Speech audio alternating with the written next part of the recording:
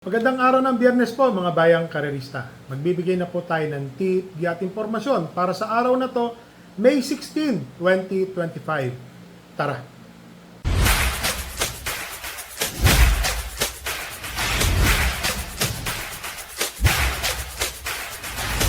So mga bayang karerista, ngayong araw ng Biyernes, meron pong hinandang 7 karera.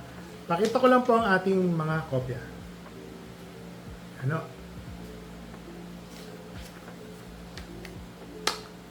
So, no bearing pa rin po yan. Hanggang June 8 po ang no bearing, mga bayang karerista.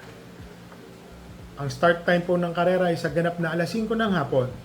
Race number 1, 3-year-old and above maiden race. Placer, mga bagong kabayo at mga nagsitakbo na po. 14 runners. First choice, entry number 13, Circus Crowd. Meron pala itong 1.29, tapos naging 1.28. Itong recent run niya, mainam na kabayo. Magaling para sa akin po. Imagine niyo 1.28, mga barrier niya. Para sa akin po, panlaban po yung kabayo na yan. First choice. Second choice, entry number 2, Cerveza. Ito pong si Cerveza, last January, meron po itong barrier.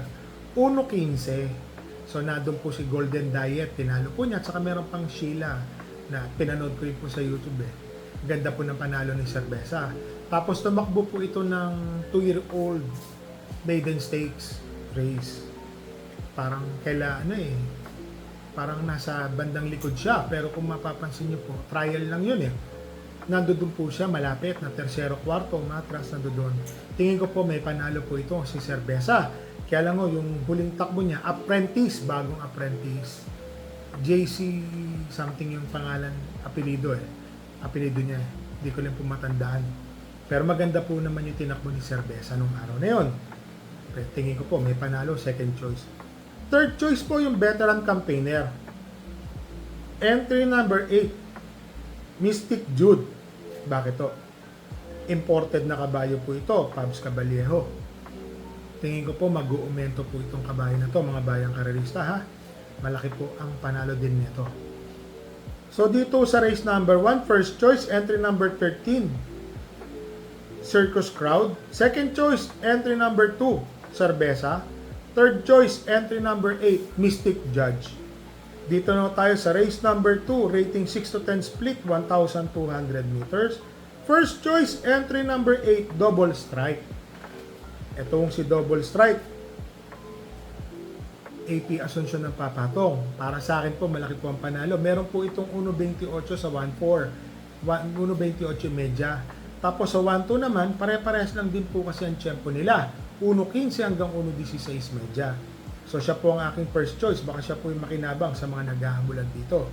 Second choice, medyo dihado po. Entry number 2, G-Skull. May 1.15 pala to sa 1,200 meters. So tingin ko lang dito, may panalo, alam niyo na. Pwede po natin isama yan. Lalo na napakaswerte na po ng kabayo ni Boss Ed Gonzalez. Yung kwadra po niya, nakadalawang panalo po sila nung last time. Si Tadeus at saka si Margot nanalo. Ang galing po ng mga panalo ng kabayo po niya na yon. Third choice, entry number 7, Chef Cat.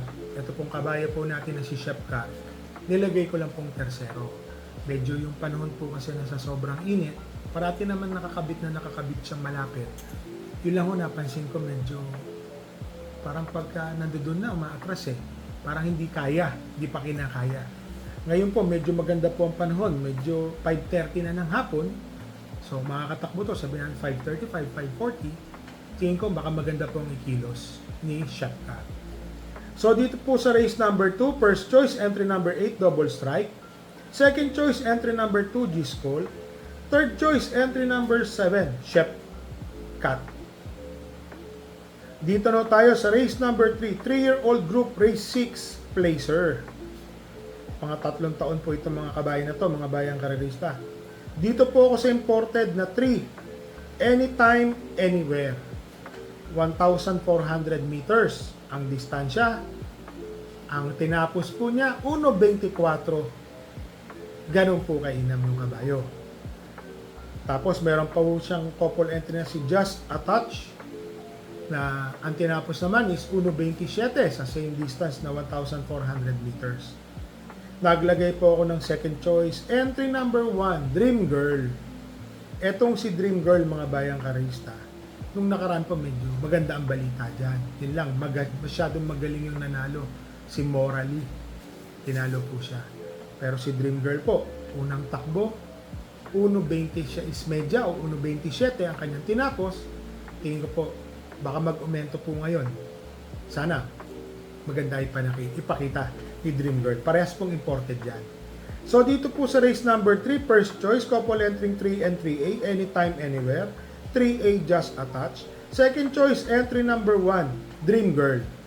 Dito na tayo sa race number 4, class 5 placer. Mga natitimbang ha, rating 5 placer. 8 runners, 1,200 meters. First choice, entry number 4, Baling Rikit. Si Baling Rikit po, mga bayang karerista, pag ito po, nakatutok sa nasa unahan, malaki po ang panalo nito. Nung nakaraan, tingin ko, dahil sa init, kaya medyo wala din pong pinapakita. Babaeng kabayo din po ito. Pero tingin ko po ngayon, dahil sa paggabi na ho yan, may panalo po yan. Second choice, entry number 8, Charm and Luck. Sa sobrang dami po ng matuling dito, Charm and Luck po, dramating kabayo, maaari po itong dumating. Yun po ang tansya ko. Kalkul ako, mga bayang karerista. May panalo po ito. Entry number 8, Charm and Luck. Lalo na, tinalo po niyan si Srinagar. Magaling na kabayo po yun. Naglagay po ako ng third choice. Entry number 1, Munich. Ito po si Munich, segundo po ang tinapos niya nung last time. 1,400 meters. Ang chinempo is 1.31. Sa tingin ko, pare-pares lang po sila ng tiyempo. May panalo po ito si Munich. So dito po sa race number 4, first choice, entry number 4, Baling Rikit. Second choice, entry number 8, Charm and Luck. Third choice, entry number 1, Munich. Dito na tayo sa race number 5, 1,200 meters. Rating 16 to 21, 8 runners. First choice, entry number 7, Mahusayay. Marami po kasing matulin dito, kaya siya po ang aking pampremera. Pwede po makasunod po agad to. Si Upscale Bell, Hang Loose, sama na rin po natin si Bismarck na isang matuling kabayo rin. So, yun po. Si Mahusayay, maring manood po ito ng tersero, kwarto pwestong malapit. Alam niyo na, mainam na kabayo po ito sa Mahusayay. Sa 1,200, meron po itong 1.14. Ang second choice po natin, entry number 4, Work from Home.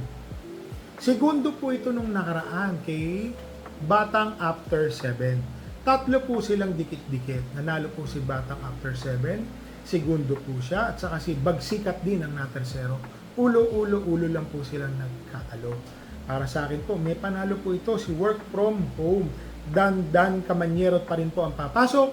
Ang papatong, tingin ko po, malaki po ang panalo ni Work from Home.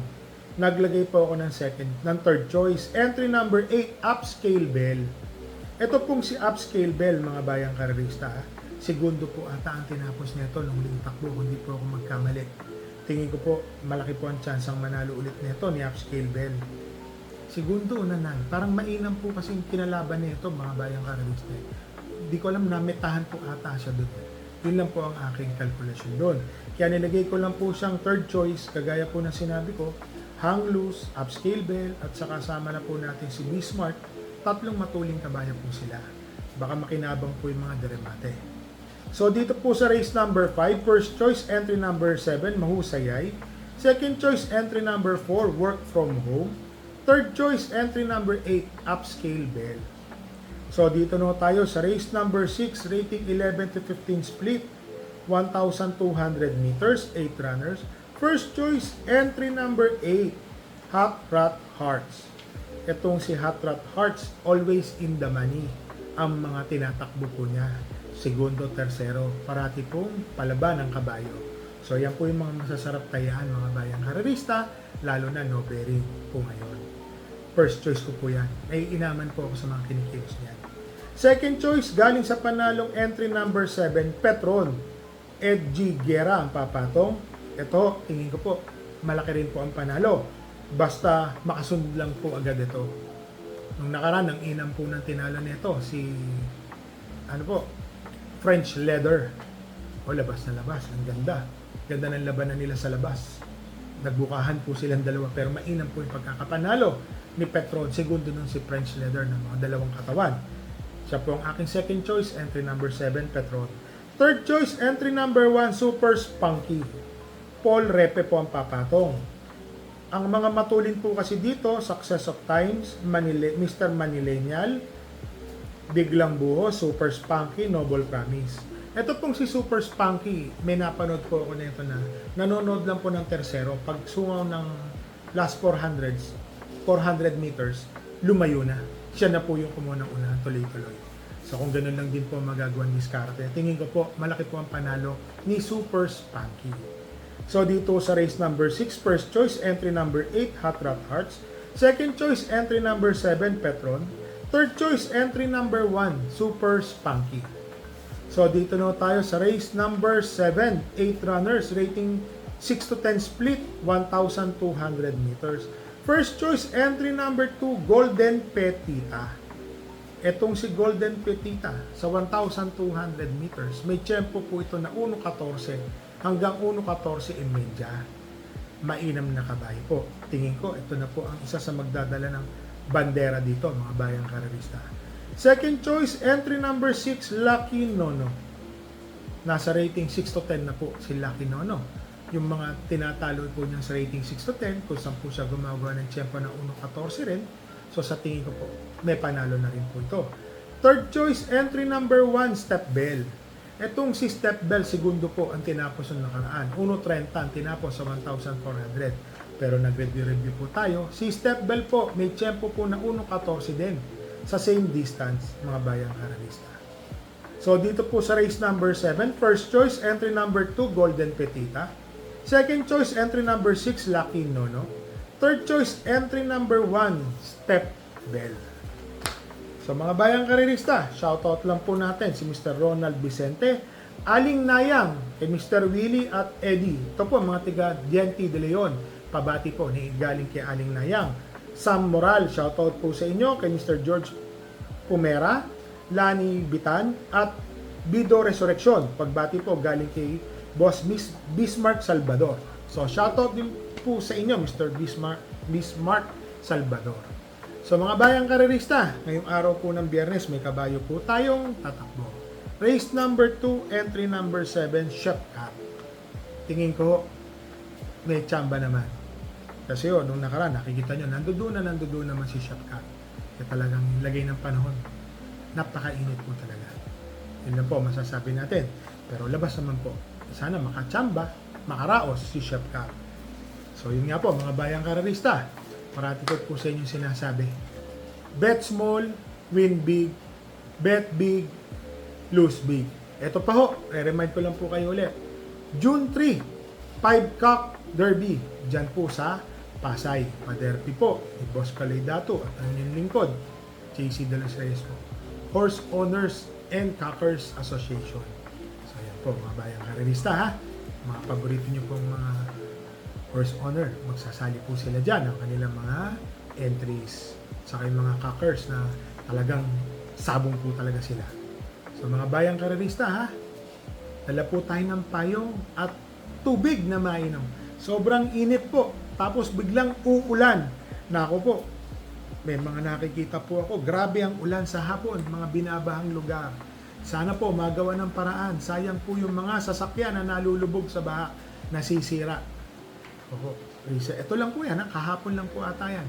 So mga bayang karerista, happy racing po sa inyo lahat and stay safe po sa inyo.